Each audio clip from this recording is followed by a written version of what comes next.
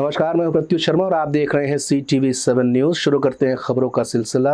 पूरे दुनिया में अंतर्राष्ट्रीय हिंदी दिवस बड़े जोर शोर से मनाया गया। वहीं भारत में भी अलग अलग स्थानों पर कार्यक्रमों का आयोजन किया गया।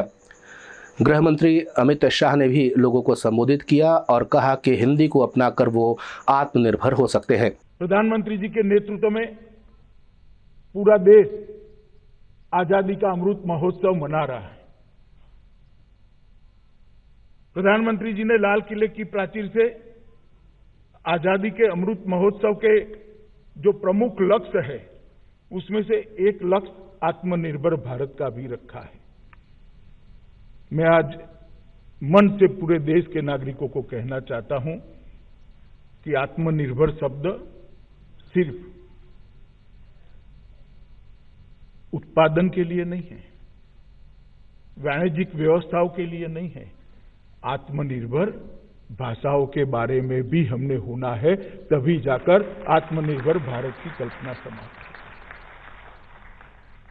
भाषाओं के बारे में हम आत्मनिर्भर न बने तो आत्मनिर्भर भारत के कोई मायने ही नहीं रहे। जब हम हमारी आजादी की लड़ाई लड़ रहे थे, तब 3 स्व ने बड़ा योगदान किया था: स्वदेशी, स्वभाषा और स्वराज। ये तीनों हमारे आजादी की लड़ाई के मूल स्तंभ थे। आजाद हो गए, स्वराज आ गया। मोदी जी ने स्वदेशी को आगे बढ़ाने के लिए बहुत बड़ा अभियान छेड़ा है। आत्मनिर्भर भारत इसी का उदाहरण है। और स्वभाषा को मजबूत करने का काम हम सब ने मिलकर, देश की नई पीढ़ी ने विशेषकर मिलकर करना पड़ेगा। और अब कोई संकोच रखने की जरूरत नहीं है, किसी लघुता ग्रंथि में रहने की जरूरत नहीं है। देश का प्रधानमंत्री दुनिया के उच्च से उच्च अंतर्राष्ट्रीय मंच पर भी हिंदी में बोलता है, अपनी भाषा में बोलता है, तो हमें किस चीज की जरूरत है? राहुल गांधी का कहना है कि महात्मा गांधी पूरी तरीके से हिंदू थे और वो पूरे हिंदू विचारधारा को मानते थे, तो ऐसे में RSS ने उन्हें क्यों मारा। वहीं उन्होंने और भी कई तरह के सवाल उठाए। वो महिला कांग्रेस के कार्यक्रम को संबोधित कर रहे थे। किसी एक व्यक्ति ने हिंदू धर्म को समझा हो और हिंदू धर्म को अपनी प्रैक्टिस बनाई हो, तो उस व्यक्ति का नाम महात्मा गांधी है।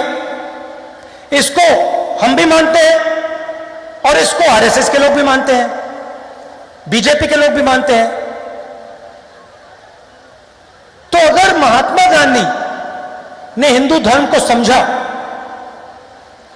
और उन्होंने अपनी पूरी जिंदगी हिंदू धर्म को समझने में लगा दी, तो RSS के विचारधारा ने उस हिंदू की छाती में 3 गोली क्यों मारी?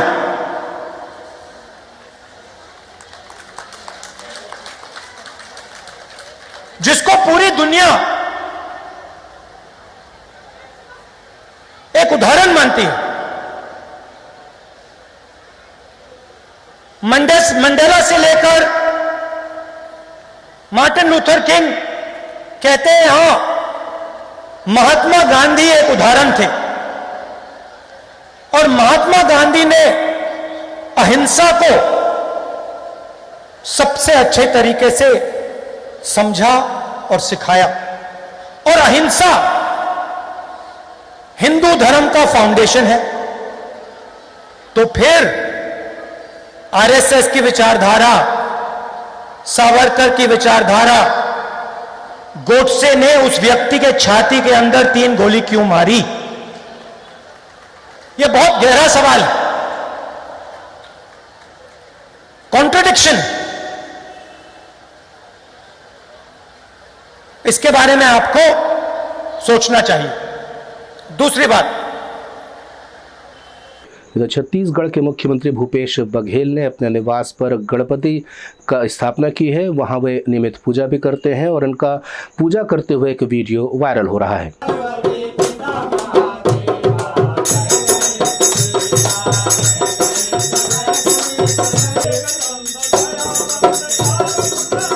महासमुंद में हाथियों का आतंक लगातार बढ़ते जा रहा है। सिरपुर से ये हाथियों की मूवमेंट हुई है और अब तक 28 लोगों की मौत हो चुकी है विगत एक माह में।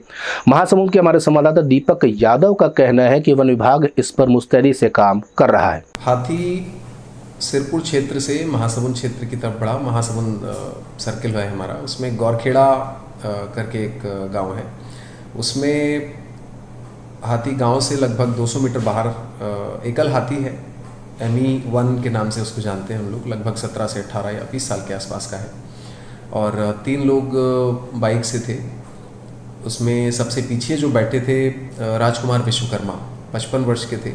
हाथी को सामने, चूँकि अंधेरे का वक्त था, देखना थोड़ा कठिन था।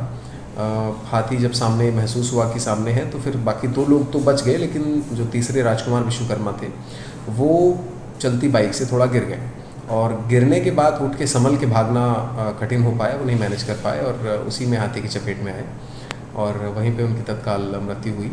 उसमें उनके परिवारीजनों को तात्कालिक सहायता राशि के रूप में 25,000 रुपया दिया गया है। उसके बाद वहाँ से आसपास में चूँकि हाथी बहुत तेज़ मूव कर रहा था तो लगभग हमारा आकलन था कि 3 से 4 किलोमीटर के आसपास तक वो पहुँच जाएगा। और वहाँ से लगभग 3 किलोमीटर की दूरी पे झाल खमरिया गाँव, जो कि हमारा अलर्ट ग्राम की सूची में टॉप पे था, हाथी वहाँ पहुँचा और खेत में एक पार करते हुए फिर से घटना हुई जिसमें 4 लोग थे और खेत में बैठे थे और संभवतः किसी मादक पदार्थ का सेवन भी कर रहे थे, जिसकी स्मेल से हाथी आकर्षित हुआ, ऐसा प्रतीत हो रहा है। और हाथी वहाँ पहुँचा, चूँकि फिर से अंधेरे का वक्त था, रात को 9:30 बजे की घटना है। पहली घटना 7:30 बजे के आसपास की है, दूसरी घटना 9:30 बजे की है। दूसरी घटना में जंगल में पहुंचने के लिए हाथी खेत पार कर रहा था और वहाँ पे ये 4 लोग जो मिले उनमें से एक परमेश्वर पिता फूल सिंह 30 साल के आसपास की उनकी उम्र है, वो हाथी की चपेट में आए और बाकी 3 लोग अपनी जान बचा के निकल गए आराम से। संभवतः उसकी स्मेल से हाथी आकर्षित हुआ, वहाँ पहुँचा और ये दुर्भाग्यपूर्ण घटना हुई। 2015 से अब तक लगभग 26 डेथ ये हैं। चूँकि एकल हाथी का विचरण अधिक हो रहा है, इसलिए एकल हाथी से बहुत ज़्यादा सतर्क रहने की। छत्तीसगढ़ प्रदेश कांग्रेस कमेटी के प्रवक्ता शैलेश टंडन त्रिवेदी का कहना है कि जो बयान पुरंदेश्वरी ने दिया है उससे ध्यान हटाने के लिए अब भारतीय जनता पार्टी धर्मांतरण के मुद्दे को सामने कर रही है ताकि उनकी छवि खराब न हो। धर्मांतरण के मुद्दे को उठा के डी पुरंदेश्वरी के मुद्दे से विषयांतरण करने की भाजपा की कोशिश को जनता ने नकार दिया है। 2 दिन के किसान आंदोलन का भी यही हाल हुआ। सूखे के मुद्दे पे आंदोलन करने निकली थी भाजपा। इंद्र देवता ने इतना पानी गिराया कि सूखे का मुद्दा ही खारिज हो गया। खाद के मुद्दे में भी छत्तीसगढ़ के किसान समझ गए हैं कि भाजपा की केंद्र सरकार ने खाद नहीं दी। ये जो अभाव बना है, खाद की कमी हुई है, उसके लिए स्वयं भाजपा की केंद्र सरकार जिम्मेदार है।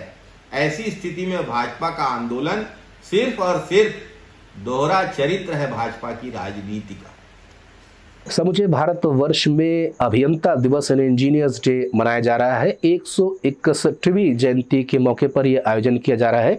छत्तीसगढ़ में भी इस तरह के आयोजन हो रहे हैं। मुख्यमंत्री ने भी सर विश्वेश्वरैया के जयंती पर उन्हें माल्यार्पित किया है और प्रदेश के लोगों को अभियंता दिवस की शुभकामनाएं दी हैं। CTV7 की खबरों में फिलहाल इतना ही। नए समाचारों के साथ आपसे फिर होगी मुलाकात। तब तक दे मुझे अनुमति। नमस्कार।